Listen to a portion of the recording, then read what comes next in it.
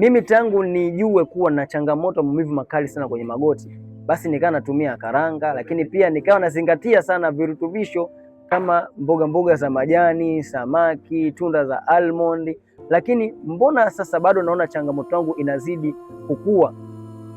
Ubaya ni kwamba hautumii virutubisho ambavyo vinakuwa ni vichochezi zaidi kwenda kuirekebisha mifupa yako, kuweza kurudisha uteute kwenye magoti na kuweza kuirudisha gegedo ambayo imesagika katika level yake iliyokuwa ya kawaida.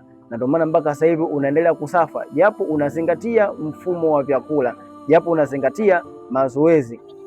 Chukua hatua hivi sasa, kwa sababu Afya Prime Tanzania tumeweza kuwasaidia watu wengi sana, kuwapatia virutubisho vilivyokuwa sahihi na kuenda kuondoa changamoto maumivu makali sana ya maungio ndani ya siku 30, siku 60 mpaka siku 90. Inawezekana hata kwako ukaondoe changamoto yako. Kama ndo mara kwa kwanza, usisahau kunifollow na kushare video hii kwa watu wawili tu ambao ungependa waweze kubadilisha maisha yao kutoka hapo walipo.